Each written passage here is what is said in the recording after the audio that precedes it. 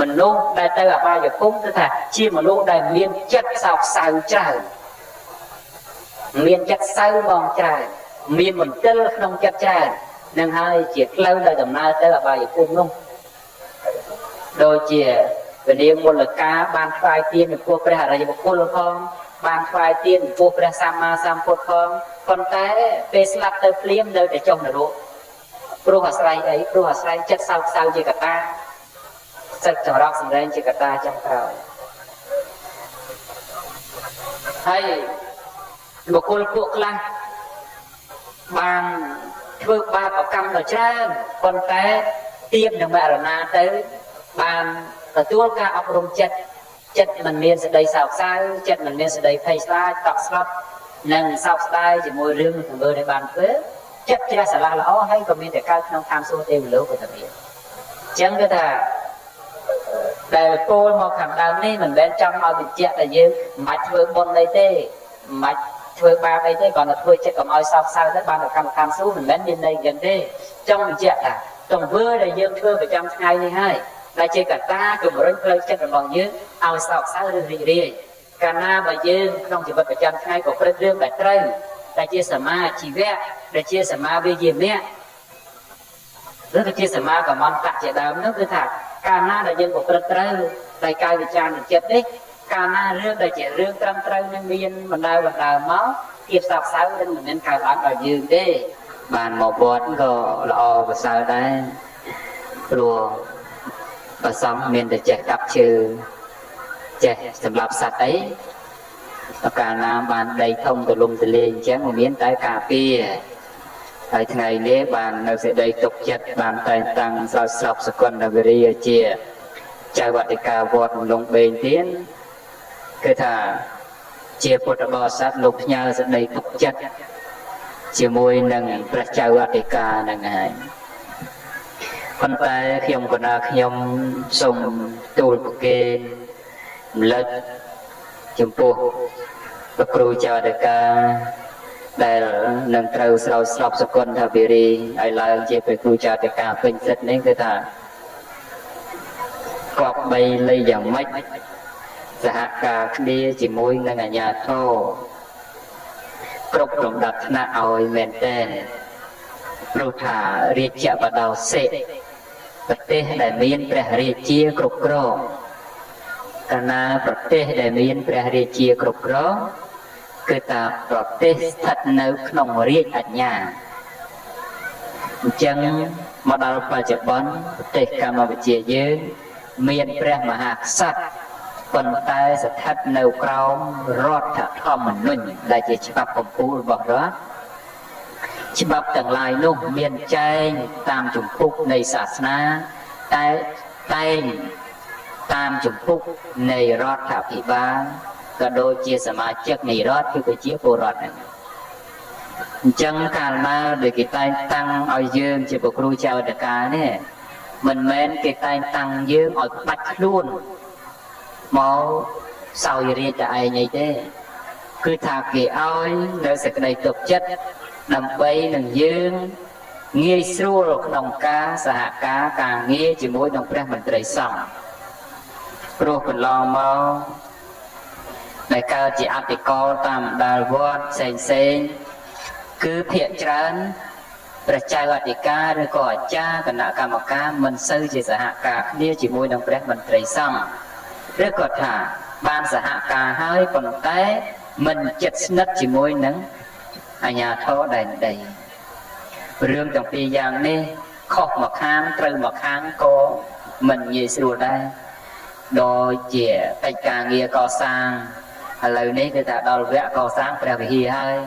ព្រះវិហារនេះពេលដែលកសាងមិនមែនគ្រាន់តែថាយើងនឹកឃើញកសាងយើងធ្វើទៅឯណាក៏ត្រូវការសុំច្បាប់អនុញ្ញាតហើយទន្ទឹមនឹងនេះសោតច្បាប់អនុញ្ញាតមិនមែនសញ្ញេឬក៏ឡាយប្រហោះលេខាចុះហត្ថលេខាតែជាមួយនឹងព្រះមន្ត្រីសង្ឃទេគឺថាត្រូវមានហត្ថលេខានិងត្រារបស់មេភូមិមេឃុំមេស្រុករហូតដល់មេខេត្តមន្ទីរពាក់ព័ន្ធអីជាដើមដើម្បីបញ្ជូនទៅក្រសួងសម្រាប់អនុញ្ញាតចេញជាសេចក្តីសម្រេចឲ្យបានកសាងព្រះវិហារថ្មីអីជាដើមអញ្ចឹងគឺថា រាជបដោសេនឹងត្បិតតែយើងដែលជាសំណាក់ក្នុងសាសនានេះស្ថិតនៅក្នុងដីដែលរួចពុនក៏ពិតមែនប៉ុន្តែយើងមិនមែនបាត់ខ្លួនពីរដ្ឋទេក៏មិនមែនជាសមាជិកដែលឯករាជ្យដែរក៏មិនមែនជាស្ថាប័នដែលឯករាជ្យដាច់ដទៃពីរដ្ឋដែរគឺស្ថិតក្នុងចំណុះនៃរដ្ឋទាំងមូលអញ្ចឹងហើយរាល់ការសម្រេចចិត្តឬក៏ការធ្វើការងារអីណានីមួយក៏បីពុគណាគុណម្ចាស់លៃយ៉ាងម៉េចសហការឲ្យចិត្តស្និទ្ធជាមួយនឹងព្រះមន្ត្រីសង្ឃជាពិសេសព្រះមន្ត្រីសង្ឃស្រុកដែលព្រះអង្គមានប្រវត្តិមានក្នុងវេលាឱកាសនៃស្រេចគឺថាជាឪជាម៉ែជាច្រមុះជាតិចនឹងហើយបុរាណថាកុំអាងអ្នកស្រុកឲ្យឆ្ងាយមានការអាសន្នអន់ក្រមួយឆ្នាំគេមក10ដងអីមិនគ្រាន់បើទេចំណែកដៃឯងឪពុកឯងគឺថានៅជាមួយព្រឹកល្ងាចអញ្ចឹងអ្វីត្បិតតែមិនមែនការក៏ពិតមែនហើយប៉ុន្តែព្រះគ្រូអនុគុណព្រះមេគុណក៏ដូចជាព្រះសហការីអនុគុណព្រះសហការីគុណខែជាដើមគឺថាជាឪពុកជាម្ដាយជាអ្នកឲ្យសុខឲ្យទុក្ខនឹងជាព្រោះពាក្យថាជាអ្នកមើលការខុសត្រូវនេះគឺជាអ្នកត្រួតទាំងការខុសនិងត្រួតទាំងការត្រូវត្រួតក្នុងទីនេះមិនមែនត្រួតបង្ខាំងមិនបិទសិទ្ធិបំបិទសេរីអីទេគឺថាត្រួតបើសិនជាត្រូវក៏សូមឲ្យត្រឹមត្រូវស្ថិតនៅក្នុងច្បាប់តែបើសិនជាខុសក៏នឹងរកវិធីសាស្ត្រក្នុងការដោះស្រាយកែលម្អអញ្ចឹងក្នុងនាមយើងជាគ្រូចារិកាដែលនឹងត្រូវបានតែងតាំងនេះគឺថាកប់បីយ៉ាងម៉េចប្រគុណម្ចាស់មានសេចក្តីចិត្តស្និទ្ធនៅក្នុងមូលដ្ឋានដែលយើងកំពុងតែកាន់កាប់ហើយឥឡូវនេះព្រះអង្គបានទទួលភារៈជាអ្នកគ្រប់គ្រងវត្តនេះហើយតាមតំណែងមកនឹងគឺថាមានផ្ទៃដីដែលត្រូវទទួលខុសត្រូវនឹងធំណាស់ដែលធំអញ្ចឹងមិនមែនជារឿងគួរអទេជារឿងគួរបារម្ភទៅវិញទេព្រោះថាកាន់តែធំគឺថាកាន់តែពិបាកព្រោះថាពេលខ្លះត្រឹមតែ100ម៉ែត្រ4ជ្រុងនឹងយើងពិបាកក្នុងការគ្រប់គ្រងមើលថែទៅហើយចុះតម្រាំមានច្រើនរហូតដល់ពាន់តែយ៉ាងចឹងទៀតគឺថាក៏បីយើងប្រើនៅគំនិតបញ្ញានឹងឲ្យត្រឹមត្រូវណាដើម្បីជួយមើលការខុសត្រូវទីនេះឲ្យបាននៅការថែរក្សាតាំងពីសម្បត្តិធម្មជាតិព្រៃភ្នំក្រំថ្មសត្វដែលគ្នាមកផ្ញើជីវិតអាយុសង្ខារអីជាមួយនឹងយើងនឹងហើយប្រគុណម្ចាស់គិតមើលទៅដើមឈើក្នុងទំហំដី2000ហិកតានេះគឺថាមិនមែនតែសត្វទេដែលមកផ្ញើខ្លួនរស់នៅជាមួយនឹងប្រគុណម្ចាស់សូម្បីតែរុក្ខទេវតាឬក៏ថាភូមិទេវតាហ្នឹងក៏មកផ្ញើខ្លួនជាមួយនឹងយើងដែរហើយបើសិនតែយើងបានទទួលជាប្រជាអធិការហើយយើងមិនមែនមើលការខុសត្រូវតែប៉ុណ្្នឹងអីសំបីតែគ្នាជាទេវតារុក្ខទេវតារក្ខទេវតាដែលនៅរក្សាតាមចន្លោះភ្នំតាមព្រៃស្បាតឬក៏ដើមឈើធំព្រៃស្រោមអីទាំងឡាយនេះសិតតែផ្ញើខ្លួនផ្ញើវាសនានឹងប្រគុណម្ចាស់ដែរឧទាហរណ៍ថាក្នុងដីអំណាចរបស់គុណម្ចាស់ដែលមានទំហំដីវត្តដល់ទៅ2000ហិកតានេះគឺថាប្រគុណម្ចាស់ជាអនឡាញគេកាត់ដើមឈើណាគេកាត់ដើមឈើហ្នឹងហើយតែក្នុងដើមឈើហ្នឹងមានរុក្ខទេវតានៅអាស្រ័យក្នុងហ្នឹងប្រគុណម្ចាស់ចង្អុលឲ្យគេកាត់គឺថាគេកាត់អញ្ចឹងហ្មងចង្អុលឲ្យគ្រឿងចាក់កាយគឺថាគេកាយអញ្ចឹងហ្មងមានតារាហ៊ានប្រកែកប៉ុណ្ណឹងក្រោមអំណាចក្នុងការមើលថែរបស់យើងអញ្ចឹងមើលតែយើងថែរក្សាឲ្យគង់វង្សរុក្ខទេវតារក្ខទេវតាហ្នឹងក៏គាត់បានទីលំនៅទៅតែបើយើងដកចេញឬក៏ថាកាត់ចេញឲ្យប្រការណាទេអ្នកទាំងអស់នោះក៏ខ្វះខាតក្នុងការរកទីតាំងនៅថ្មីអញ្ចឹងទៅព្រោះតែអ្នកទាំងអស់នោះអាស្រ័យនៅយើងដែរអាស្រ័យនៅយើងដែរអញ្ចឹងបានប្រគុណចាស់មានទំនួលខុសត្រូវអញ្ចឹងលៃយ៉ាងម៉េចសូមគ្រប់គ្រងដោយព្រមវិហារធម៌ហើយត្រូវធ្វើខ្លួនឲ្យទៀតបុរាណលោកតាអង្គុយទៀតមើលបានឆ្ងាយហ្នឹងហើយ แต่lại người tế mới mình cười vậy thế chẳng mà này sọc chất đặt luôn nói tiếp score và check score đặt bây giờ mình bàn phượt luôn nói tiếp nói đăng nàyប្រភពបញ្ហានៃឫសគល់អីទេគឺថាយើងមើលមិនឃើញនៅដើមចងដែលជាបញ្ហាទេព្រោះថាសពថ្ងៃមិនមែនតែរាជរដ្ឋាភិបាលទេដែលមានបញ្ហាចោតនោះសូម្បីតែគណៈសង្ឃនាយកឬក៏ថាមន្ត្រីសង្ឃតាមខេត្តតាមស្រុកនីមួយនេះក៏សម្បូរទៅដោយអធិការក្នុងការដោះស្រាយដែរហើយអធិការនេះកើតឡើងព្រោះអ្វីអធិការកើតឡើងភាគច្រើនព្រោះអាស្រ័យការមិនយោគយល់គ្នានិងការដែលមិនសហការគ្នានឹងឯងជាពិសេសគណៈកម្មការអាចារ្យជាមួយនឹងប្រសង់នៅភាគច្រើនគឺថាច្រើនតែមានចំនួនកាលដែលយើងមិនទាន់មានច្បាប់មានសេចក្តីប្រកាសអីត្រឹមត្រូវសារាចរណ៍ណែនាំអីត្រឹមត្រូវហ្នឹងគឺថាច្រើនតែមានចំនួនតាមដាលវត្តអារាមដោយសារតែបំពេញជួននាទីអីជាដើមដោយតួយ៉ាងគឺថាអាចារ្យគណៈកម្មការគាត់ក្រោយពីទទួលបានការសន្មតតែងតាំងទៅជាព្រះគ្រូចៅអធិការហើយបានប្រកាសតែងតាំងទទួលស្គាល់ថាជាអាចារ្យគណៈកម្មការអីហើយច្រើនតែច្រឡំថាខ្លួនជាអ្នកត្រួតត្រាវត្តហើយប្រកាន់អំណាចរៀងខ្លួនទៅក៏កើតជាចំនួនព្រះចៅអធិការដែលបញ្ជាក់នៅក្នុងព្រះរាជសង្ឃប្រកាសឬក៏ប្រកាសនីយបត្រតែងតាំងនោះគឺថាឲ្យជាអ្នករំងាប់នៅអធិការបានន័យថាពាក្យនេះមិនដែលចោលទេមើលក្នុងសេចក្តីប្រកាសឲ្យជាអ្នករំងាប់នៅអធិការដែលកើតក្នុងវត្តបានន័យថាយើងមិនមែនជាចវាយនេះនៅក្នុងវត្តតែម្យ៉ាងទេប៉ុន្តែយើងជាអ្នករំងាប់នៅអធិការគឺបញ្ហាតូចធំដែលមានក្នុងវត្តហើយបើចង់ឲ្យបញ្ហានឹងកុំធំត្រូវតែឆាប់រងាប់ពីតូចហើយចំណែកអាចារ្យវិញគឺថាមានទេរៈជាអ្នកដឹកនាំពុទ្ធបរិស័ទប្រព្រឹត្តឬក៏ប្ររពនៅពិធីផ្សេងទៅតាមប្រពៃណីទំនៀមទម្លាប់ចំណែកគណៈកម្មការជាសេនាធិការដែលត្រូវជួយព្រះចៅអធិការឬក៏ព្រះគ្រូសូត្រស្ដាំឆ្វេងក្នុងការពិនិត្យសាងសង់នៅរាល់សមិទ្ធផលក្នុងវត្តឲ្យប្រកបបានដោយប្រសិទ្ធភាពនេះតួនាទីគឺមានតាមលំដាប់អញ្ចឹងប៉ុន្តែដល់តែយើងមិនបានស្គាល់នៅតួនាទីដែលជារបស់ខ្លួនក៏ច្រើនតែតាំងកំកុំដង្កើងខ្លួនទៅជាអ្នកត្រួតត្រាវត្តជាអ្នកមើលការខុសត្រូវជាអ្នកចាត់ចែងវត្តទៅរហូតដល់កើតជាមានជំរុំអីចឹងគុណម្ចាស់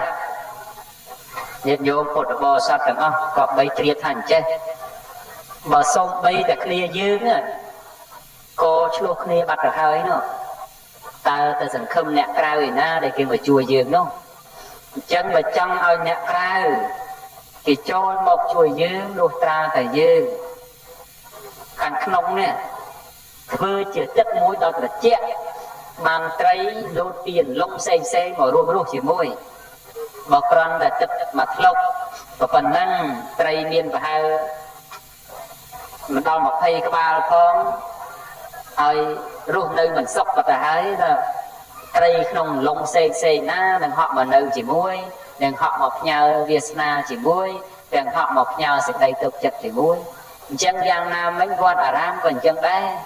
បើលោកម្ចាស់ចង់ឲ្យវត្តអារាមនេះមានភាពត្រជាក់ត្រជុំចម្រុងចម្រើនរុងរឿងនោះគឺថាស្គប់បីលោកម្ចាស់លៃយ៉ាងម៉េចឲ្យវត្តមាននៅសាមគ្គីធម៌ប្រកបដោយសេចក្តីរួបរួមសេចក្តីប្រណិប័តភាពស្មោះត្រង់និងកតាអនុគ្រោះជាចាំបាច់ដើម្បីជាប្រយោជន៍ដល់ខ្លួនយើងផ្ទាល់ជាបឋមធាន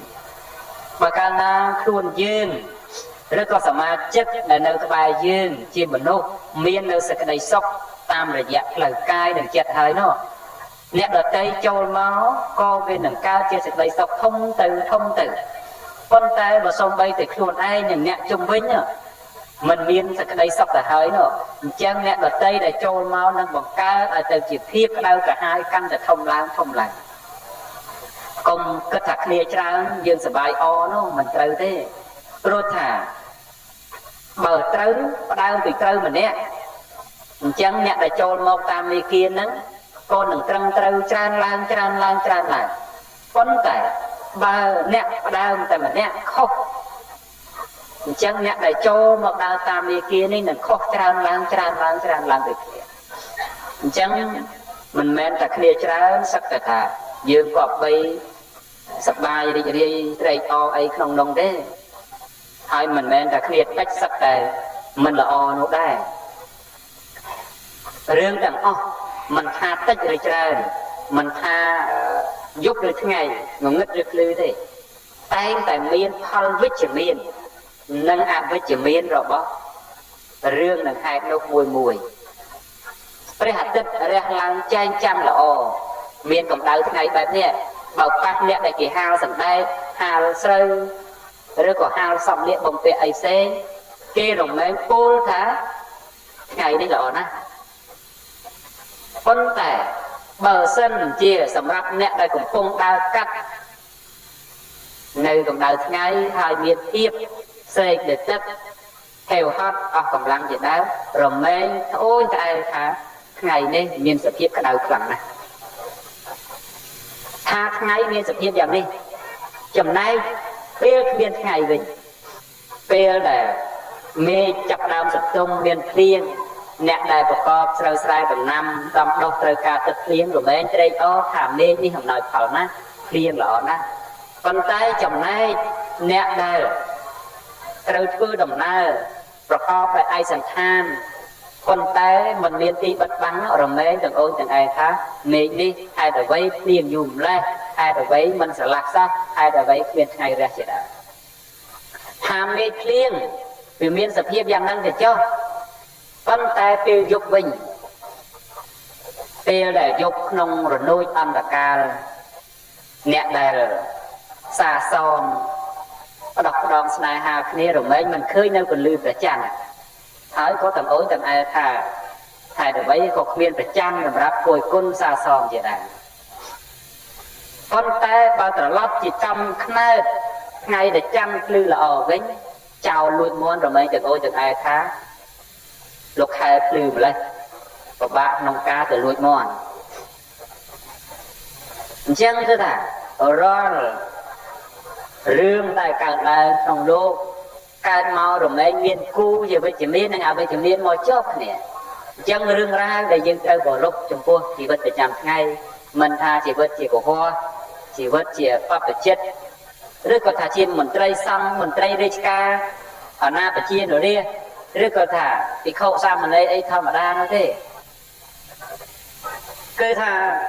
មិនមានគៀបលំបាករៀងខ្លួនជួនកាលសាមណេរកាលខ្លួននៅជាសាមណេរមិនទាំងអូនទាំងឯងថាស្មាមិនមាននៅលៀបដែលកើតឡើងពីបច្ច័យទាំងឡាយ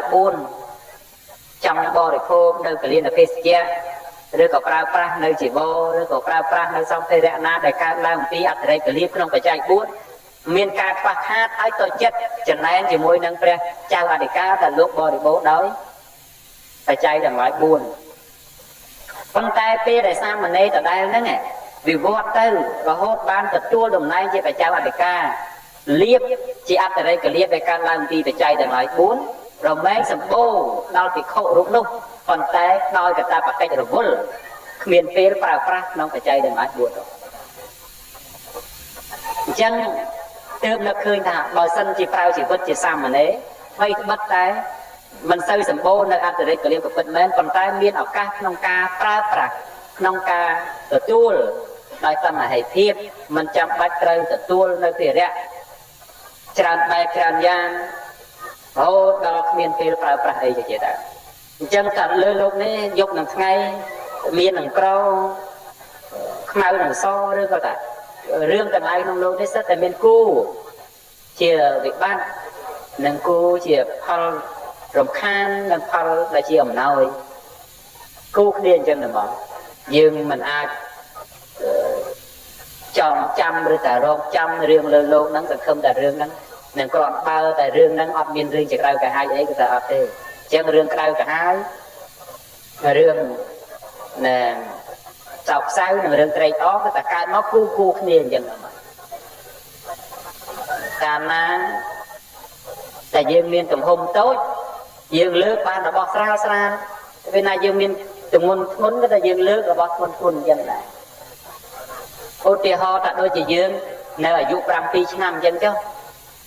គេមិនដែលប្រើយើងឲ្យទៅធ្វើការធ្ងន់ធ្ងន់ទេគេឲ្យលើកយ៉ាងច្រើនក៏មកកំប៉ុងពីកំប៉ុងអីប៉ុណ្ណឹងឬថា1គីឡូអីប៉ុណ្ណឹងយូរប៉ុណ្ណឹងទៅហើយយើងទំអូនចំអែថាធ្ងន់ណាស់ប៉ុន្តែក្នុងចំណោមមនុស្សក្មេងដែលមានអាយុ7ឆ្នាំនិង100នាក់ហើយមានមនុស្សធំម្នាក់ដែលជាមជ្ឈមអ្វីតើគេនឹងឲ្យយួរអង្គ1គីឡូ2គីឡូហ្នឹងអីទេគឺថាច្បាស់ណាស់គេត្រូវតែឲ្យយួរអង្គធំជាងហ្នឹងច្រើនជាងហ្នឹងហើយក្មេងដែលមានវ័យត្រឹម7ឆ្នាំហើយយួរអង្គ1គីឡូ2គីឡូស្រ័យថាលំបាកតែមិនបានដឹងពីផលលំបាកមនុស្សដែលមានមជ្ឈមអ្វីហើយយូរអង្គរហូតដល់30-40គីឡូតែធ្ងន់ជាងទម្ងន់អង្គ1គីឡូ2គីឡូរបស់ខ្លួនហ្នឹងទេអញ្ចឹងគឺថារឿងទាំងអស់ហ្នឹង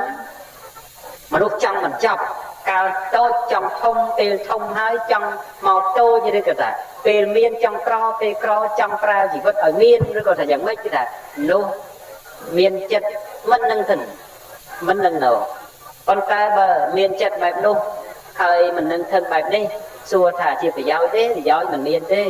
តែអ្វីដែលយើងកប់ដីលៃឲ្យសំខាន់នោះគឺថាចេះអប់រំទូមាននិងគ្រប់គ្រងនៅស្ថានភាពដោយយកចិត្តទុកដាក់ការគ្រប់គ្រងស្ថានភាពដោយយកចិត្តទុកដាក់នេះរមែងជាប្រយោជន៍ហើយរមែងជាសេចក្តីសុខហើយក៏រមែងជាសេចក្តីចម្រើនដែរព្រមមនុស្សដែលមានសេចក្តីម៉ត់ចត់និងម៉ាត់ចាត់ប្រកាន់ភ្ជាប់បែបនេះរមែងធ្វើរឿងមិនខុសកាលណាបុគ្គលធ្វើរឿងមិនខុសហើយរមែងមិនសូវនឹងមានភាពសោកសៅកាលណាភាពសោកសៅមិនមានហើយចិត្តក៏ជ្រះស្រឡះល្អទ្វារនៃសុខតិក៏នឹងបើកប៉ុន្តែបើមនុស្សប្រព្រឹត្តរឿងខុសច្រើនអកុសលកម្មដែលកើតឡើងពីរឿងខុសនោះមានច្រើនបែបច្រើនយ៉ាងតែដីសោកសៅសម្រាប់សម្រែងក៏មានច្រើនកាលណាសេចក្តីសោកសៅសម្រាប់សម្រែងមានច្រើនទោសនៃអបាយភូមិក៏បើកទ្វារសម្រាប់បុគ្គលពួកនោះដូចគ្នាអញ្ចឹងមនុស្សដែលទៅអបាយភូមិមិនមែនមនុស្សធ្វើបុណ្យច្រើនឬធ្វើបាបច្រើនអីតែម្យ៉ាងទេមនុស្សដែលទៅអបាយភូមិគឺថាជាមនុស្សដែលមានចិត្តសោកសៅច្រើនមានចិត្តសៅបងច្រើនមានមន្ទិលក្នុងចិត្តច្រើននឹងហើយជាផ្លូវដែលដំណើរទៅអបាយភូមិនោះដូចជាព្រះនាងមលកាបានថ្វាយទានចំពោះព្រះអរិយបុគ្គលផងបានថ្វាយទានចំពោះព្រះសម្មាសម្ពុទ្ធផងប៉ុន្តែពេលស្លាប់ទៅភ្លាមនៅតែចុះនរកព្រោះអាស្រ័យអីព្រោះអាស្រ័យចិត្តសោកសៅជាកត្តាចិត្តចម្រោកសម្ដែងជាកត្តាចំក្រោយហើយបុគ្គលពួកខ្លះបានធ្វើបាបកម្មដ៏ច្រើនប៉ុន្តែទៀបនឹងមរណាទៅបានទទួលការអប់រំចិត្តមិនមានសេចក្តីសោកសៅចិត្តមិនមានសេចក្តីភ័យខ្លាចតក់ស្លុតនិងសោកស្ដាយជាមួយរឿងទង្វើដែលបានធ្វើចិត្តជ្រះស្រឡះល្អហើយក៏មានតែកើតក្នុងឋានសួគ៌ទេវលោកក៏តែមានអញ្ចឹងគឺថាដែលពោលមកខាងដើមនេះមិនមែនចង់ឲ្យបញ្ជាក់ថាយើងមិនបាច់ធ្វើបុណ្យអីទេមិនបាច់ធ្វើបាបអីទេគ្រាន់តែធ្វើចិត្តកុំឲ្យសោកសៅទៅបានទៅកម្មឋានសួគ៌មិនមែនមានន័យយ៉ាងទេចង់បញ្ជាក់ថាទង្វើដែលយើងធ្វើប្រចាំថ្ងៃនេះហើយដែលជាកត្តាជំរុញផ្លូវចិត្តរបស់យើងឲ្យសោកសៅឬរីករាយកាលណាបើយើងក្នុងជីវិតប្រចាំថ្ងៃក៏ព្រឹត្តរឿងដែលត្រូវដែលជាសមាជីវៈដែលជាសមាវិជ្ជាមៈឬក៏ជាសមាកមន្តៈជាដើមនោះគឺថាកាលណាដែលយើងប្រព្រឹត្តត្រូវតែកាយវិចារនៃចិត្តនេះកាលណារឿងដែលជារឿងត្រឹមត្រូវនឹងមានបណ្ដើមកភាពសោកសៅនឹងមិនមានកើតឡើងដល់យើងទេប៉ុន្តែបើយើងសន្សំរឿងដែលជាទោសរឿងដែលជាកំហុសនោះរឿងទាំងអស់នោះវានឹងបង្កើនភាពសោកសៅសម្រាប់សរែងឲ្យដល់យើងតជាប់ឥតឈប់ឈរហើយផលរបស់ភាពសោកសៅមានអបាយភពជាប្រធានផលនៃសេចក្តីសោមនស្សក្នុងអារម្មណ៍ទាំងឡាយជាពួករមែងមាននៅសព្តិសួរជាប្រធាននឹងតាំងនៅដោយបញ្ចរាងកាយគ្រប់អវយវៈនៅឡើយក៏មាន nhưng cứ ta riêng tầng o lừa lục nắng mình men thật nơi lừa trong hay còn để trong mà giang hay bàn thế vực miền ở vây còn để ta trong hay bán nó cứ mình miền và tập vây vây cột giang sắp tệ chỉ ca sẽ sẵn vì chất rồi bao cam nhàng bất bậc cắt cam cứ từng vơ để dương bán vơ để trăm ngày nữa nâng xong thì phát ở đây từng vơ để dương bán vơ móc trong cả cần lọ đời thì khi nhom còn là mà chẳng chứ khi nhom còn là mà chẳng việc đau máu mình trên nè miền là chia say sầm đánh thôi thì đây thà mình chẳng rồi như ria trong ca sầm đầy bên là chia say trong ca nơi ngắt để ngắt đào ngắt ở cối ngắt rất có sẵn ngầm ngắt mình chỉ bên là chia say trong ca rồi nơi chồng nào mà đâu bị cung rất có thà bên là chia say trong ca kiên cô nơi bò là sạch đây thọ một cái xe tesna rồi ta đôi rồi vô cả thà na nó cứ thà bị đai máu mình chỉ miền hạt chia sẻ bài nông tế quân tay sọc ngày đôi cả prai pruol đôi hai nâng phải cháy thưa không còn đang nhóm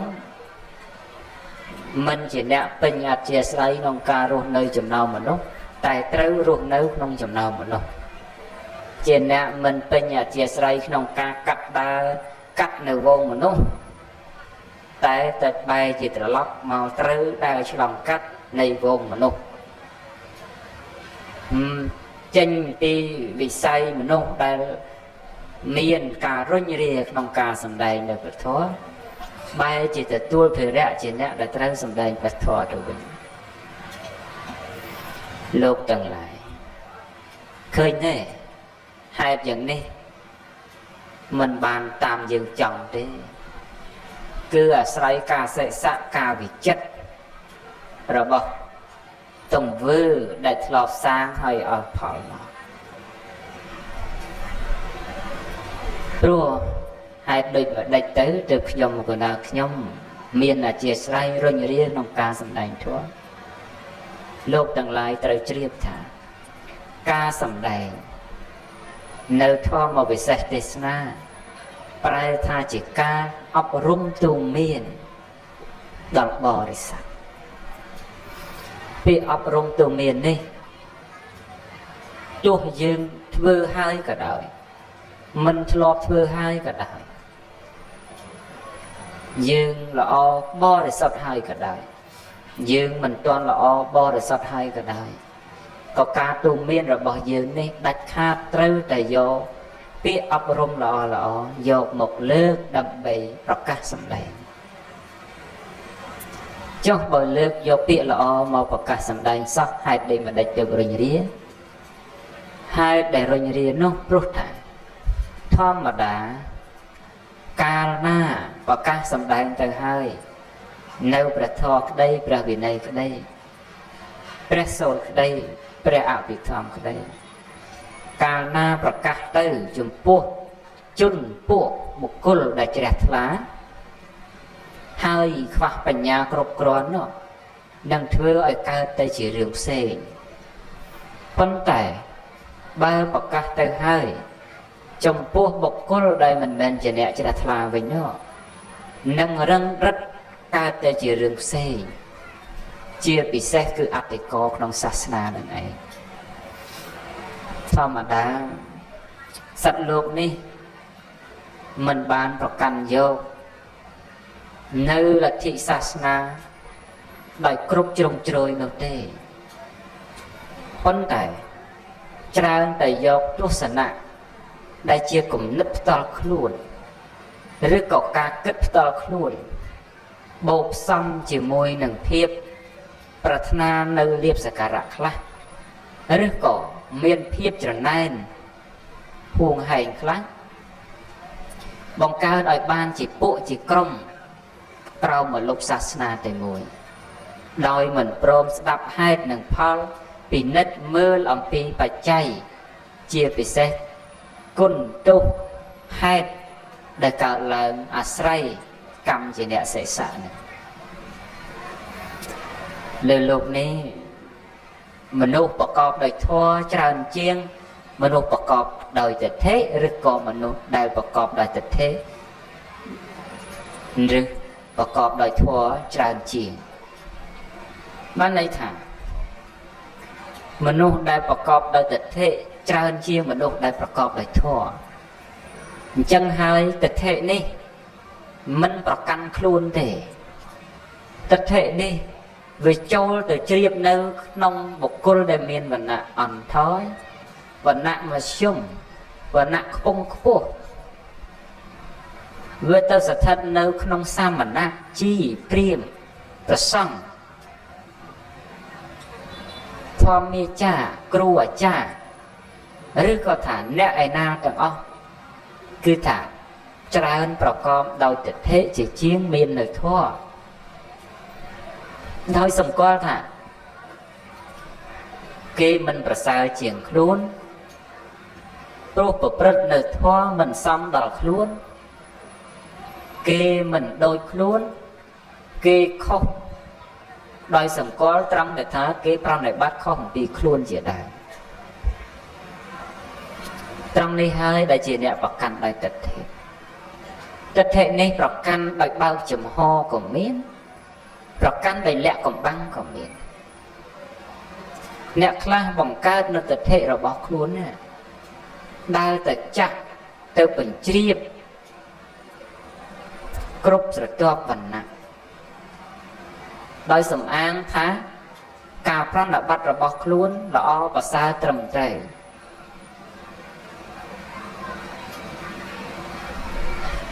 ទិដ្ឋិខ្លះមិនអាចបញ្ចេញមុខជាសាធារណៈបានប៉ុន្តែទៅបញ្ជ្រាបក្នុងទីស្ងាត់កំបាំងក៏បង្កើតឲ្យកើតជាពួកគណៈក្រុមយូរទៅបង្កឲ្យមានភាពបែកបាក់រង្គោះរង្គើសម្រាប់ផ្ទៃក្នុងសាសនាជាដើមបញ្ហាជាតិក៏ដូចគ្នាកាលណាតែនិយាយទៅដល់ពាក្យថាស្នេហាជាតិតើមានបុគ្គលរូបណាដែលមិនប្រកាសថាខ្លួនជាអ្នកស្នេហាជាអ្នកស្រឡាញ់ប៉ុន្តែសួរថាការស្រឡាញ់របស់បុគ្គលនោះតិចជាងគ្នាឬច្រើនជាងគ្នាទេត្រង់កន្លែងនេះមិនសូវជាខុសគ្នាប៉ុន្មានទេប៉ុន្តែអ្វីដែលខុសគ្នានោះគឺទស្សនៈនិងទិដ្ឋិទៅវិញដែលធ្វើឲ្យមនុស្សភ័ន្តច្រឡំហើយបង្កើតនៅការខុសត្រូវវាស់ស្ទង់គ្នាតាមតែទិដ្ឋិយូរលែងអីនឹងឲ្យប្រទេសជាតិនេះបែកបាក់ដូចគ្នាចាំពិតទៅក្បួនខ្នាតក្នុងសាសនាក៏មានសម្ដែងសពគ្រប់បែបយ៉ាងតែទាំងអស់ហ្នឹងគ្រាន់តែមនុស្សប្រកាន់ដោយទិដ្ឋិនិងទស្សនៈទេដែលលើកយកជ្រុងមួយមកគប់ជ្រុងមួយធ្វើឲ្យជ្រោកក្នុងដំបូលតែមួយហើយរង្គឹសរង្គើតែក្នុងផ្ទះខ្លួនឯងហ្នឹង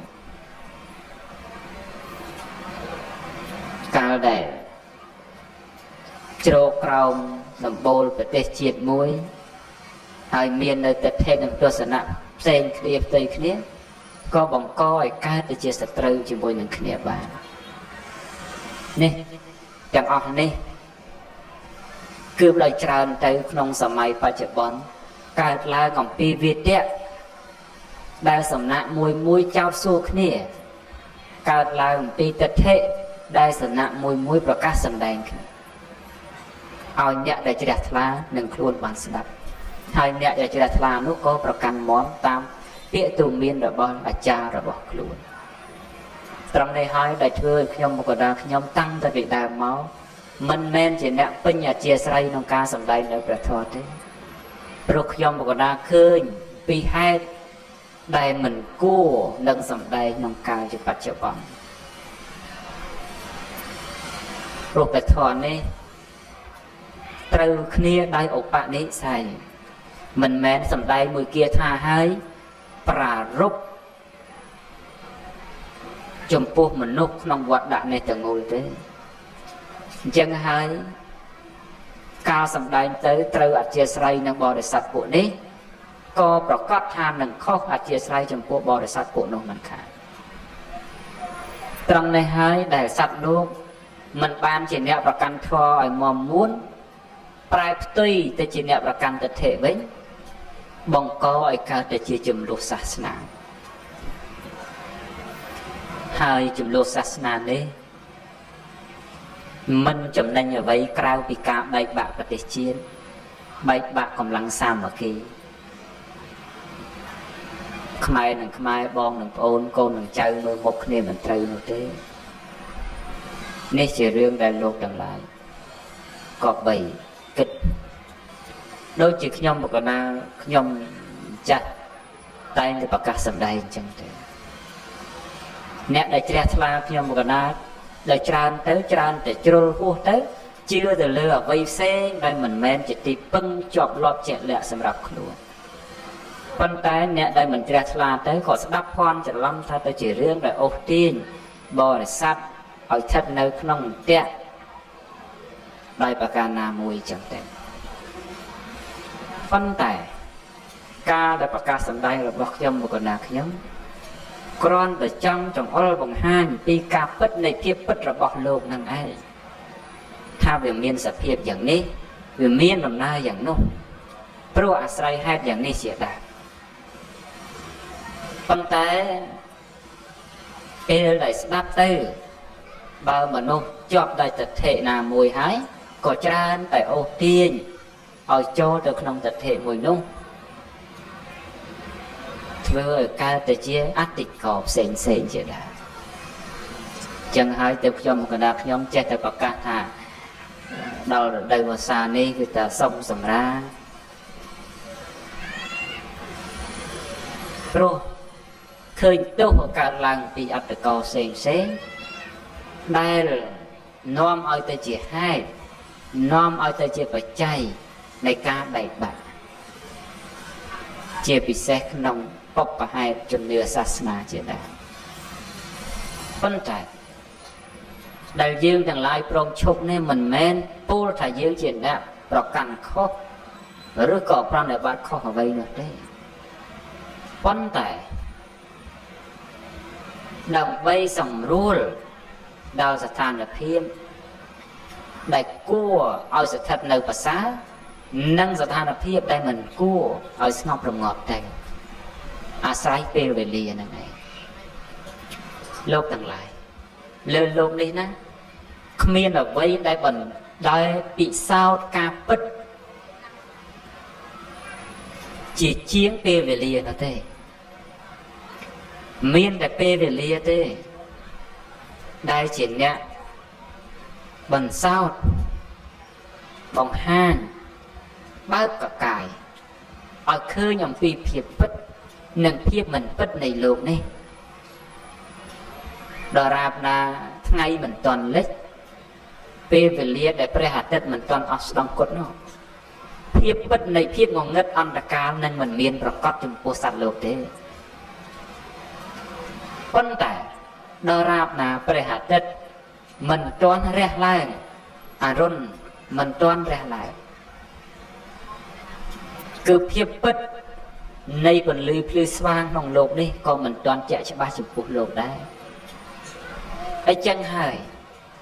យើងសពថ្ងៃនេះមិនមែនកំពុងតែស្ថិតនៅក្នុងយុគអន្តកាលនោះទេ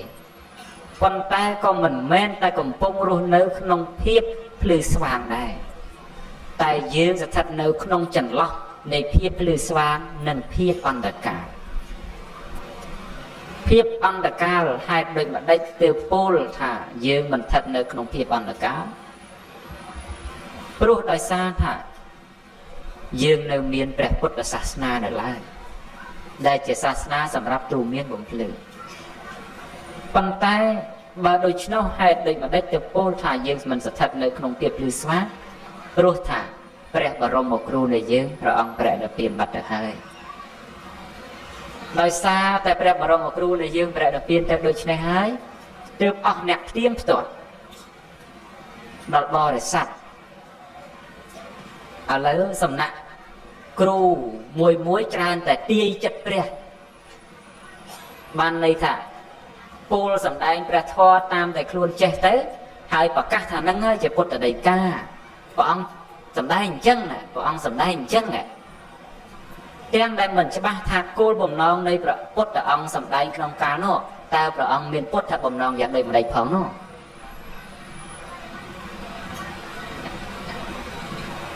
ដូចជារឿងតិរច្ឆានវិជ្ជាអីជាដើមអញ្ចឹងទៅព្រះពុទ្ធអង្គប្រកាសសម្ដែងពីតិរច្ឆានវិជ្ជាក្នុងសម័យនោះពុទ្ធបំណងព្រោះហេតុយ៉ាងនេះដល់តែសត្វលោកសពថ្ងៃទាញឲ្យចូលគ្រប់រឿងហើយប្រកាន់ថានោះជាពុទ្ធបំណងថានោះជាពុទ្ធដីកាធ្វើឲ្យកើតជាចំនួនសាសនាភាពរ៉ាំរ៉ៃនៃការបែកបាក់រវាងជំនឿនិងជំនឿពុទ្ធសាសនាសពថ្ងៃមានច្រើនប្រទេស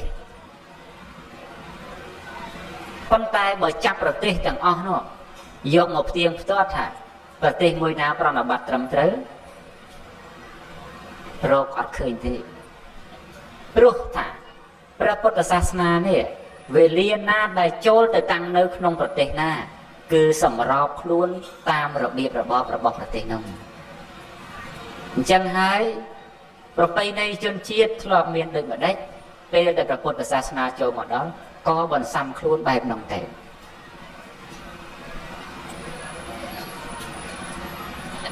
ពុទ្ធសាសនាយើងមានភ្ជុំបិណ្ឌមានចូលឆ្នាំមានកឋិនហើយអកឹកកៈពុទ្ធសាសនាប្រទេសខ្លះមានដែរកឋិនអីហ្នឹងតែអត់មានភ្ជុំបិណ្ឌអត់មានចូលឆ្នាំអីទេកឋិនអីមានដែរតែរបៀបរបបក៏មិនដូចគ្នា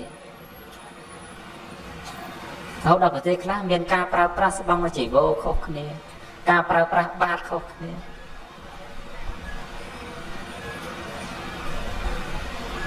ទន្ទឹមនឹងនោះសោតសំបីតែព្រះពុទ្ធសាសនាស្ថិតក្នុងប្រទេសតែមួយហើយណា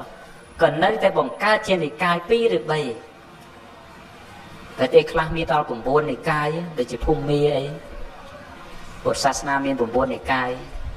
ថៃមាន3និកាយកម្ពុជាមាន2និកាយជាដែរស្រីលង្កាមាន4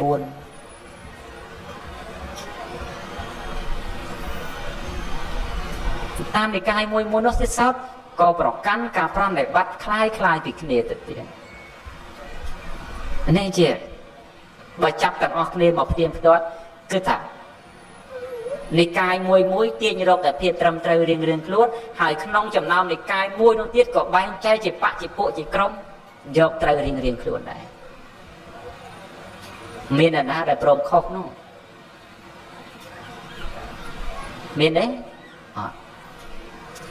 ដោយសារតែគ្មានអ្នកព្រមខុសនឹងហើយទើបខ្ញុំមកកណាខ្ញុំពោលថាមនុស្សសពថ្ងៃប្រកបដោយទិដ្ឋិច្រើនជាជាងប្រកបដោយធម៌ខ្លួនមិនចេះខុសចាប់ហើយតែប៉ុណ្ណឹង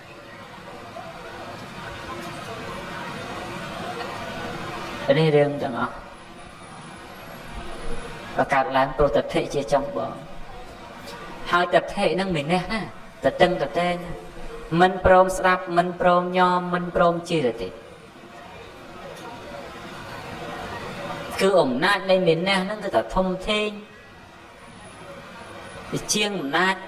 ភាពត្រឹមត្រូវទៅទៀតណាបើមនុស្សទម្លាក់ចោលនៅម្នាក់ប្រកាន់យកភាពត្រឹមត្រូវមកប្រកាន់ភ្ជាប់មិនជាសូវកើតទុកមួម៉ងសៅម៉ងឬក៏ថាស្ដាយក្រោយអីទេជាច្រើនជួបប្រទះព្រោះថាហេតុ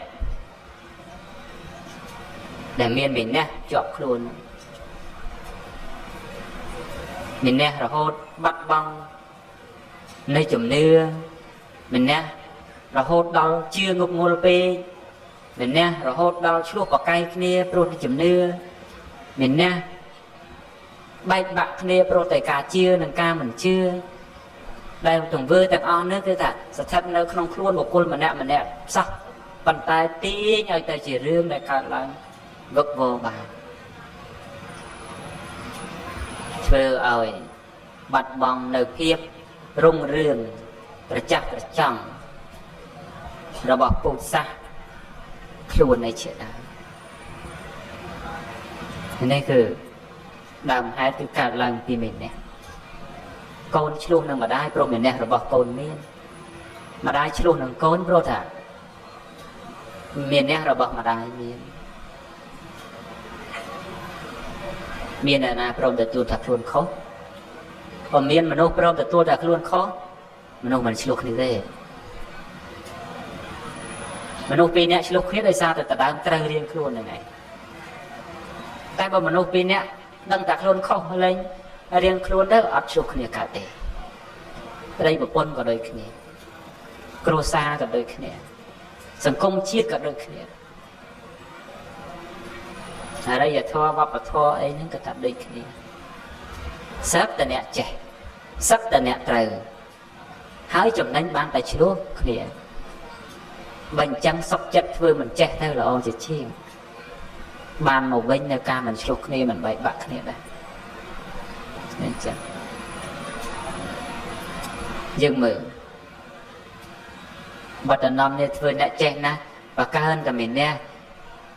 ធ្វើអ្នកចេះណាស់អប់រំគេទូមានព្រានបដៅថាឲ្យចេះខន្តីអធ្យាស្រ័យអត់ធ្មត់ស្គាល់ខុសស្គាល់ត្រូវប៉ុន្តែគ្មានទេដកតែក្បាលមេក្រូទៅចាក់រុកឆ្កឹះឆ្កៀលឌៀមដាមរុកគួនទាំងតែមនុស្សមិនធ្លាប់មានសត្រូវនឹងគ្នាផងក៏មានដែរទាំងតែមនុស្សនោះមិនធ្លាប់ទៅជាអ្នកដែលប្រទុះនឹងគ្នាសោះក៏មានដែរព្រោះតែអីព្រោះតែប្រកាន់ទិដ្ឋិហ្នឹងឯងនេះប្រកាន់តែអញចាស់ជាងអញក្រំបើជាងផ្លូវនឹងអញដើរមុនឬក៏អីអញ្ចឹងទៅរឿងដើរមុននិងដើរក្រោយមិនតែជាបន្ទាត់សម្រាប់មកវាស់ថាខុសឬត្រូវឯណាឥឡូវអ្នកចូលទៅក្នុងវត្តនេះចូលទៅឥឡូវម៉ោងឥឡូវហ្នឹងដើរចូលទៅមុនឃើញមនុស្សច្រើននឹង5ម៉ោងក្រោយមានមនុស្សម្នាក់ទៀតដើរកាត់តាមផ្លូវនឹងដែរហើយឃើញមនុស្សតិចហើយមនុស្សទាំងពីរហ្នឹងមកប្រកាន់តាអញទៅវត្តថ្ងៃហ្នឹងមនុស្សច្រើនណាស់ហើយម្នាក់ទៀតមកជេរថាឯងទៅថ្ងៃណាទៅថ្ងៃទី9គ្មានទេគ្មានមនុស្សទេស្ងាត់ជ្រាបគ្រាន់តែខុសម៉ោងចេញចូលតែប៉ុណ្ណឹងភាពខុសគ្នាកើតឡើងអញ្ចឹងមានអីដែលដូចគ្នាបើមនុស្សប្រកាន់ភាពត្រូវរៀងខ្លួនប៉ុន្តែបើលើកមកវែងញែកវិនិច្ឆ័យថាអូអ្នកឯងទៅក្នុងម៉ោងប៉ុណ្ណេះវេលាប៉ុណ្ណេះប្រហែលជាមនុស្សច្រើនមែនហើយខ្ញុំទៅម៉ោងប៉ុណ្ណេះវេលាប៉ុណ្ណេះប្រហែលជាគេត្រឡប់ទៅផ្ទះវិញហើយបើប្រកាន់ឃើញអញ្ចឹងទៅឈប់ឆ្លោះគ្នាបាត់ហើយសង្កល់ថាអូប្រហែលជាគេអ្នកដើមមុននោះជួបរឿងបែបនេះហើយឬក៏អញជាអ្នកដើមមុនជួបរឿងបែបនេះហើយគ្នាដែលជាអ្នកក្រោយនោះដើររឿងបែបនោះជួបរឿងបែបនោះហើយអីចឹងគេដែរប៉ុន្តែមនុស្សយើងណាស់តែយកគ្រាន់មាត់ថាមិនចង់គ្រាន់ប៉ុន្តែចិត្តចេះតែចង់យកធ្វើគ្រាន់ទៅវាបញ្ជាមាត់ឲ្យទៅនិយាយឲ្យតែគ្រាន់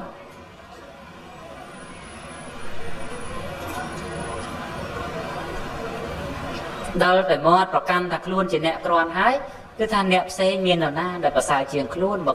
បើមាត់កំពុងតែលើកថាខ្លួនជាអ្នកគ្រាន់បាត់ទៅហើយប៉ុន្តែបើចិត្តដឹងថារឿងហ្នឹងអូវាអញ្ចឹងមាត់នៅឲ្យស្ងៀមឬក៏ថានិយាយតាមថារឿងហ្នឹងវាអញ្ចឹងហើយព្រោះហេតុយ៉ាងហ្នឹងអ្នកណាមានឧបនិស្ស័យណាប្រកាន់យកបែបហ្នឹងចុះគឺថាមិនកើតជាបញ្ហាអីទេកើតជាបញ្ហាអីទេ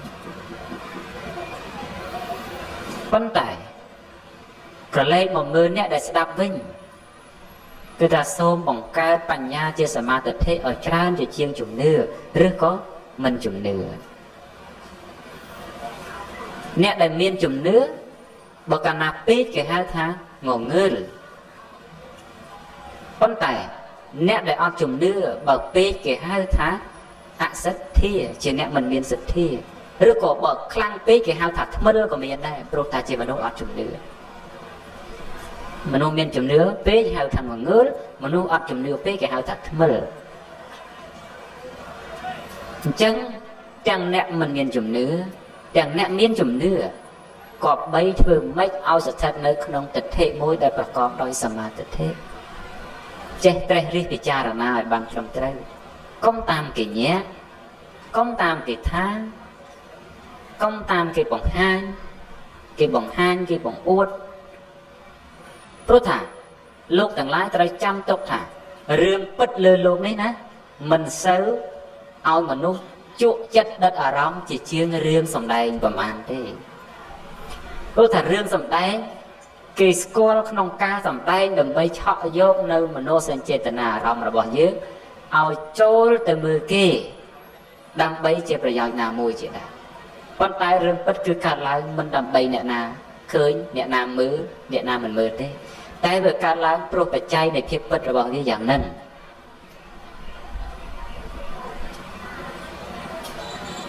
យើងសពថ្ងៃនៅក្នុងរោងអង្គុយស្ដាប់ធម៌ហ្នឹងមានអ្នកធ្លាប់មើលរឿងទេហ៎អត់ធ្លាប់មើលរឿងទេធ្លាប់ទេដូចមិនជឿតែអត់ធ្លាប់មើលរឿង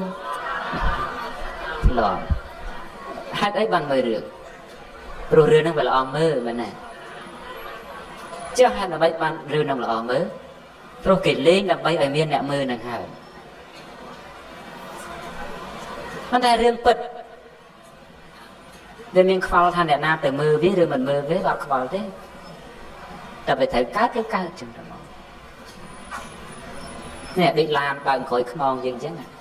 ភាពពិតគឺឡានបើកអញ្ចឹងគ្មានខ្វល់អ្នកណាមើលមិនមើលទេគឺថាឡានត្រូវតែបើកអញ្ចឹងភាពពិតប៉ុន្តែមនុស្សមិនបានមើលភាពពិតនៃការបើកនោះទេមកមើលការសម្ដែងប៉ុន្តែសម្ដែងក្នុងទីនេះមិនមែនសម្ដែងឲ្យគេមើលទេតែសម្ដែងឲ្យគេស្ដាប់អញ្ចឹងការសម្ដែងនេះវាពិតទេវាថាពិតក៏បានថាមិនពិតក៏បានព្រោះការពិតត្រឹមតែថាជាការសម្ដែងប៉ុន្តែភាពមិនពិតគឺថាលើកយកនៅអតីតឬក៏អនាគតមកសោះដែររឿងទាំងអស់នោះមិនគ្រាន់តែស្ដាប់ហើយមកមើលឃើញថាវាមានសភាពបែបណាទេត្រូវការឆ្លងកាត់ចរន្តគិតសិន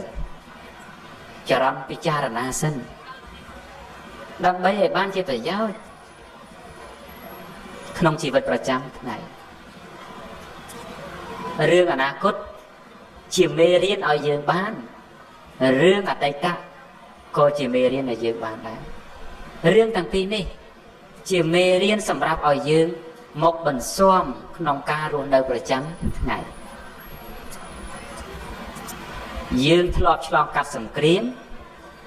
ហើយយើងខ្លាចសង្គ្រាមកាលដែលធ្លាប់ឆ្លងកាត់សង្គ្រាមជារឿងរបស់អតីត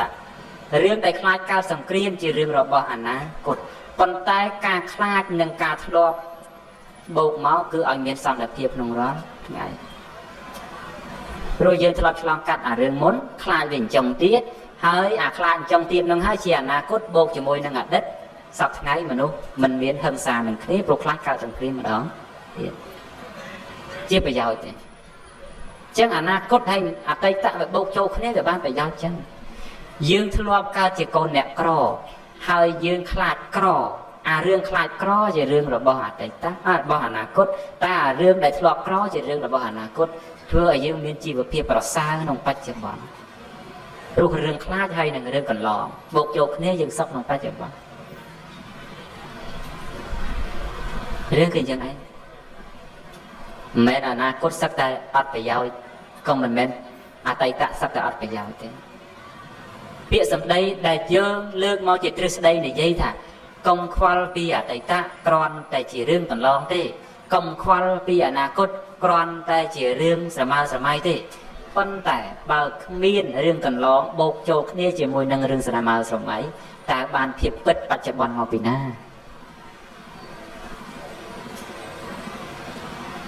តែប៉ុណ្្នឹងឯងតែយើងឆ្លោះគ្នាតែរឿងក៏តែប៉ុណ្្នឹងដែរនឹងចឹងសូមឲ្យលោកទាំងឡាយធ្វើដូចម្ដេចត្រេះរិះពិចារណាផងមុនស្ដាប់មុនជឿហើយអ្នកស្ដាប់ហ្នឹងមួយផ្នែកហើយប៉ុន្តែមួយផ្នែកទៀតគឺអ្នកនិយាយគឺតែយើងត្រូវប្រើភាសានិយាយបែបម៉េចកុំឲ្យលើសដល់តែយើងនិយាយឲ្យលើសវាកើតជារឿងដែលខុសខ្ញុំអត់និយាយណាខ្ញុំសរសេរតែវាអត់ខុសគ្នាទេមកតបឲ្យ4ទេអញ្ចឹងដែរ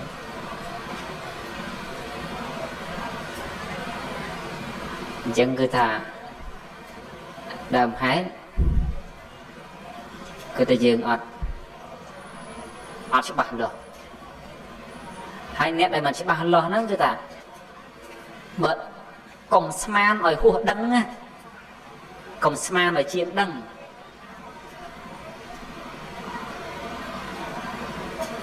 ស្មានក្នុងរឿងដែលខ្លួនអាចដឹងបានណាតែកុំស្មានក្នុងរឿងដែលហួសដឹង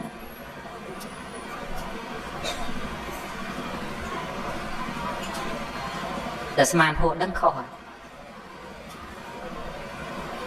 ហើយតែខុសហើយយើងកំពុងតែចូលជាចំណែកមួយដែលធ្វើឲ្យខុសហើយអញ្ចឹងមិនដឹងសុខចិត្តឆ្លើយថាមិនដឹងចប់សុខទៀតមិនសូវក្តៅកាហាយណាស់តែយើងធ្វើស្មានឲ្យហួសដឹងទៅមិនដឹងតម្រឹមឈើទេណាដឹងជ្រាបមែនទេព្រោះតែអាការដែលស្មានជាងដឹងហ្នឹងវាមិនទៅដល់ល្អជាអីមនុស្សខូចខាតប្រយោជន៍អីចឹងទេ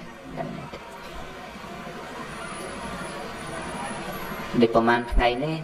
វត្តដាក់រោងបុណ្យនៅវត្ត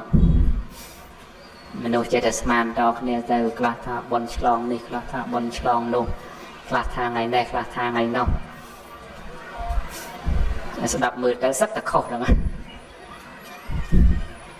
បានពីណាបានពីស្មានពីណាស្មានជាងដឹងហ្នឹងចា៎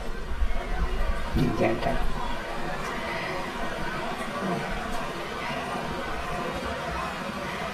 បើរឿងពិតដឹងតែប្រហែលអ្នកនោះដល់រឿងដឹងតគ្នាច្រើនដឹងតគ្នាដឹងពីអ្នកមិនច្បាស់ទៅចេះតែទៅទៀតទៅបែកអូស្ទឹងអញ្ចឹងទៅថ្ងៃហ្នឹងឃើញអញ្ជើញមកប្រពាក់បពងទៅមិនចឹងជួនកាលរោងបុណ្យធ្វើទុកខែក្រោយអីចឹងទៅយើងមកខែនេះអីចឹងទៅហ្នឹងហើយគឺថារោងយើងធ្វើទុកខែនេះយើងមកខែក្រោយអីចឹងទៅ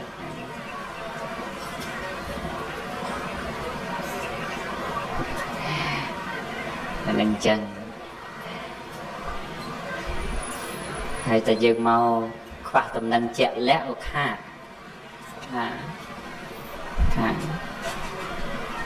ណាប់ខាតទៅបើចំណេញអីចំណេញតែតាចាញ់កញ្ឆោតឬក៏តាចាញ់កាមមិនពិតដោយយើងមិនច្បាស់លាស់ខ្លួនឯងជាដែរហ្នឹងចា៎ស្មានលើក្មេងៗមកសួរថាព្រះអង្គឮថាបុណ្យថ្ងៃ15 16 17អីចឹងទៅបុណ្យឆ្លងស្ពានឆ្លងបន្ទប់ទឹកអីចឹងឆ្លងណាបើស្ពានធ្វើមិនទាន់ហើយបាទហ្នឹងហើយឆ្លងបន្ទប់ទឹកបន្ទប់ទឹកអីក៏បន្ទប់ទឹកគេធ្វើវាក់សាំងក្រោយវាក់សាំងទឹកមិនទាន់ហើយក៏មិនទាន់ឆ្លងអីហ្នឹងហ្នឹងយើងគិតណាមានអីពិចារណាច្បាស់លាស់ណាខ្ញុំកណាអាត្មាប្រកាស កាលពីកាលឆ្លងរហ័សទឹកនោះខ្ញុំប្រកាសឲ្យថាអ្នកចំណិតជឿជាក់បានមានតែពីរទេមានតែប្រធានគណៈកម្មការមួយហើយនឹងគ្រូសូត្រស្ដាំមួយតែក្រៅពីហ្នឹងនរណាក៏មិនអាចមានព័ត៌មានពិតជាក់លាក់ជូនអស់លោកដែរអត់ជឿព្រះអង្គហ្នឹងហើយចេះតែជឿឯណាដែលព្រះអង្គអត់បានទេសនាមផងហ្នឹងហើយគេហៅថាចេះជាងរឹងហ្នឹងហើយស្មាចំណាំប្រើពាក្យថាចេះជាងរឹងគឺថាអញ្ចឹងហ្នឹងហើយបើដឹងតំណែងប្រាប់ជាក់លាក់ថាអ្នកនេះហើយដែលជាតំណែងទុកចិត្តបានយើងខំទៅជឿទៅតំណែងចូលកាលពីសន្តិសុខទៅចូលកាលពីបជាការពារផងតែសួរអីបជាការពារតែព្រះអង្គនៅក្នុងអូបជាការពារនៅលើអូមិនតែដឹងព្រះអង្គនៅក្នុងអូហ្នឹង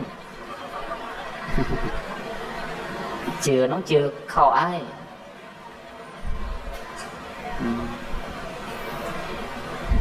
ចឹងចាំមិនថា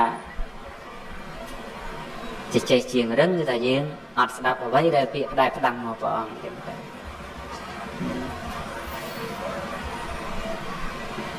អញ្ចឹងខ្ញុំកណ្ដាប់ហ្នឹងពោលអញ្ចឹងដល់ខែ6ហ្នឹងមិនសូវនៅវត្តទេព្រោះខែ6ហ្នឹងជាប់កម្មវិធីក្នុងក្រៅខែហ្នឹងរាល់ថ្ងៃថ្ងៃនេះគឺថាប៉ុននេះក៏គេមិនមែន100ថ្ងៃហ្នឹងទេបែបលើសផងគឺខ្វះក៏មិនដឹងប៉ុន្តែដាក់ថ្ងៃគ្នាហ្នឹងដាក់តាំងពីប្រហែលខែមុនមកដើម្បីថាបានធ្វើប៉ុនថ្ងៃហ្នឹង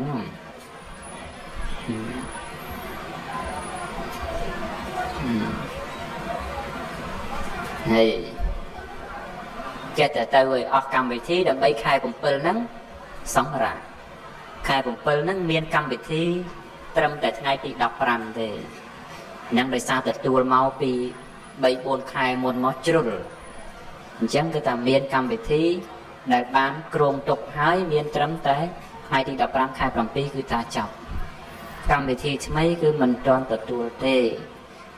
អញ្ចឹងហើយបកណាគុណម្ចាស់គ្រប់ព្រះអង្គមិនបាច់ដាក់លិខិតនិមន្តមកទេនាំតែបបាណាព្រោះភាពជាក់ស្ដែងគឺថាដល់រដូវវស្សាហើយណាមិនស្រួលទេភ្លៀងផ្គររន្ទះជាពិសេសគឺថាដល់រដូវប្រកបស្រែចម្ការហើយធ្វើស្រែធ្វើចម្ការសិនទៅហ្នឹងហើយបើអញ្ចឹងមកវត្តថាមកវត្តក៏ពិបាកដែរព្រោះក្រែងមិនជួបព្រះអង្គនឹងអញ្ចឹងហើយយើងតែឈ្នះឯណាអង្គុយចាំហ្នឹងហើយអង្គុយចាំបើព្រះអង្គនៅក្បែរអីទៅអីទេបើនៅឆ្ងាយឧទាហរណ៍ដល់ខ្ញុំកណាស្មើទៅចាំភាសាតែនៅអូរ៉ាល់អីចឹងឧទាហរណ៍ណាហើយចាំមកមិនចឹងវាខាតណាខាតហ្នឹងគឺថាខាតពេលវេលាខាតប្រយោជន៍ព្រោះតែមិនជឿព្រះអង្គនេះចឹងទៅបើយើងចង់មកអីចាំដល់ភ្ជុំបិណ្ឌអីដែលជារដូវបុណ្យទានអីចឹងទៅហ្នឹងហើយតែរដូវកឋិនអីចឹងទៅណាចេញភាសាអីទៅនឹងគឺថាឱកាសច្រើនជាជាងបច្ចុប្បន្នដែលជាអាកាសចង្អៀត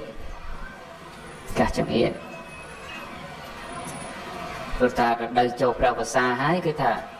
សង្ឃក៏3ចូលអភិរមសិក្សារៀនសូត្រសង្ងំនៅក្នុងកម្មដ្ឋានជាដែរជាកាតព្វកិច្ចរបស់សង្ឃក៏3ធ្វើ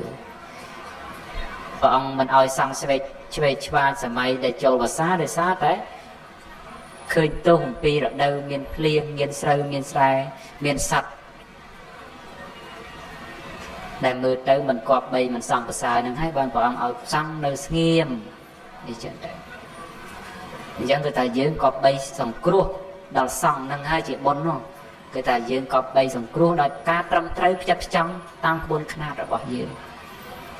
កុំចង់ព្រោះថាលើលោកហ្នឹងដូចខ្ញុំបកណាណាសម្ដែងខាងដើមអញ្ចឹងថាអត់មានរឿងអ្វីដែលធ្វើឲ្យយើងបានដូចបំណងគ្រប់រឿងទេក្រៅពីហេតុបច្ច័យរបស់កម្មដោយឧទាហរណ៍ថាយើងចង់មកជួបខ្ញុំកណានៅវត្តអញ្ចឹងមកខ្ញុំកណាស្មានមិននៅក្នុងវត្តតើនឹងចង់ដូចម្ដេចនឹងបានជួបមិនបានជួបទេអញ្ចឹងមិនមែនថាគ្រាន់តែចង់មួយយ៉ាងទៅបានទេបន្ទាប់តែអាស្រ័យហេតុបច្ច័យគ្រប់ចំនួនទើបធ្វើឲ្យយើងបានអញ្ចឹងយើងកុំអង្គុយតែចង់ណាចង់មើលកាលវេលាដូចចង់មកចង់ថ្ងៃហ្នឹងអញ្ចឹងចង់ទៅត្រូវគេនេះមកទៅជួបទេដល់ថ្ងៃហ្នឹងចង់ត្រូវចង់ខុសដែរមកថ្ងៃណាដែលមិននៅចេះតែថាចង់ណាកើតទេស្មាអញ្ចេះលោកហ្នឹងស្មារងថ្ងៃជាមនុស្សបើអាត្មាកើតអ្នកតាទៅចេះតែអុជធូបបន់ទៅបន្តិចទៅនេះបន្តិចទៅនោះទៅណាហ្នឹងហើយ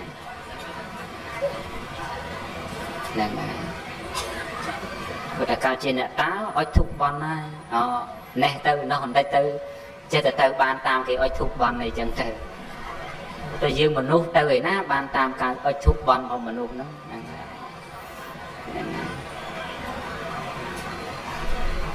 ជួនកាលអាត្មាអត់នៅវត្តណាសង្វេគដែរអស់លោកខ្លះលោកអញ្ជើញមកពីឆ្ងាយអញ្ចឹងទៅ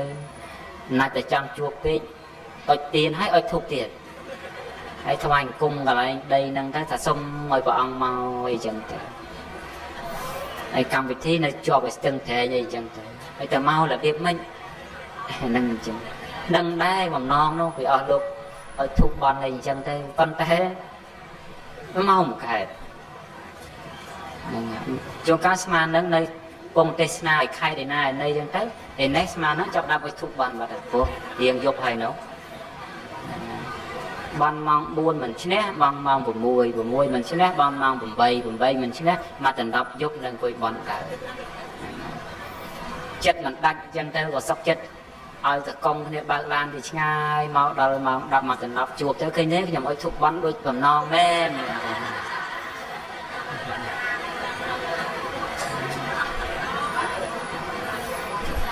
ដល់កន្លែងណាដែលឆ្ងាយពេកទៅគេថាព្រះអង្គអើយខ្ញុំឲ្យធូបបន់2ថ្ងៃហើយទើបបានជួបថ្ងៃហ្នឹងនេះចាមិនថាសត្វមនុស្សណាអញ្ចឹងហ្នឹងហើយតែទៅជួសជាយ៉ាងណាក៏ដោយបំណងអស់លោកមិនមែនជាបំណងអាក្រក់អីទេជាបំណងចង់បានសេចក្តីសុខជាបំណងល្អសម្រាប់ខ្លួនអស់លោកហើយប៉ុន្តែសូមឲ្យបំណងល្អនេះស្ថិតនៅក្នុងសតិសម្បញ្ញៈមួយដែលប្រកបដោយសមាធិជាអ្នកយល់ឃើញត្រូវជាអ្នកប្រកបត្រូវដើម្បីជាសេចក្តីសុខដើម្បីជាសេចក្តីចម្រើនដើម្បីជាប្រយោជន៍អស់កាលជាវែងតរៀងទៅ